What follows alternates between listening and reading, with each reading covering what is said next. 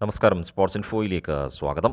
F C ഗോവയുടെ guar ഫെസ്റ്റിന്റെ ഭാഗമായി നടന്ന പ്രീ സീസൺ ഫ്രണ്ട്ലി മത്സരത്തിൽ നിരവധിയായ എഫ് സി ഗോവൻ ആരാധകരെ തന്നെ സാക്ഷി നിർത്തിക്കൊണ്ട് സീസണിലെ പുതിയ വിദേശ സൈനിങ് അർമാൻഡോ സാദിഖുവും മലയാളി താരം മുഹമ്മദ് നെമിലും ഇരുപാദങ്ങളിലുമായി നേടിയ ഗോളുകൾക്ക് ശ്രീനിധി ഡക്കാനെതിരായ വിജയം കൊണ്ട് തന്നെ തുടങ്ങാനായ എഫ് സി ഗോവയെ ഇനി കാത്തിരിക്കുന്നത് ഓസ്ട്രേലിയൻ ടോപ്പ് ടയർ സംഘം ബ്രിസ്ബെയിൻ റോർ എഫ് സിയുടെ പോരാട്ടവീര്യം തന്നെയാണ്.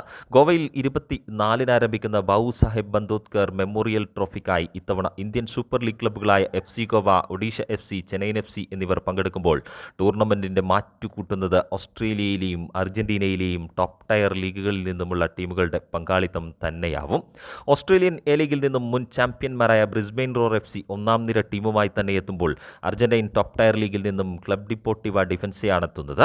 ഓസ്ട്രേലിയൻ സംഘം എഫ് സി ഗോവയ്ക്കൊപ്പം ഗ്രൂപ്പ് എയിലാണെങ്കിൽ അർജന്റൈൻ സംഘം ഒഡീഷ എഫ് സിയും ചെന്നൈയിൻ എഫ് സിയും അടങ്ങുന്ന ഗ്രൂപ്പ് ബിയിലാണ് മത്സരിക്കുക.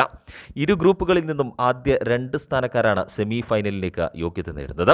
ഇന്ത്യൻ സൂപ്പർ ലീഗ് മത്സരങ്ങൾക്ക് മുന്നേ ഓസ്ട്രേലിയയിലെയും അർജന്റീനയിലെയും ടോപ്പ് ടയർ ലീഗ് സംഘങ്ങളെ നേരിടാൻ ലഭിക്കുന്ന അവസരം F C Goa, Chennaiyin F C, Odisha F C എന്നീ ഇന്ത്യൻ സംഘങ്ങൾക്ക് മികച്ച തയ്യാറെടുപ്പിനുള്ള അവസരം തന്നെയാണ് സമ്മാനിക്കുക.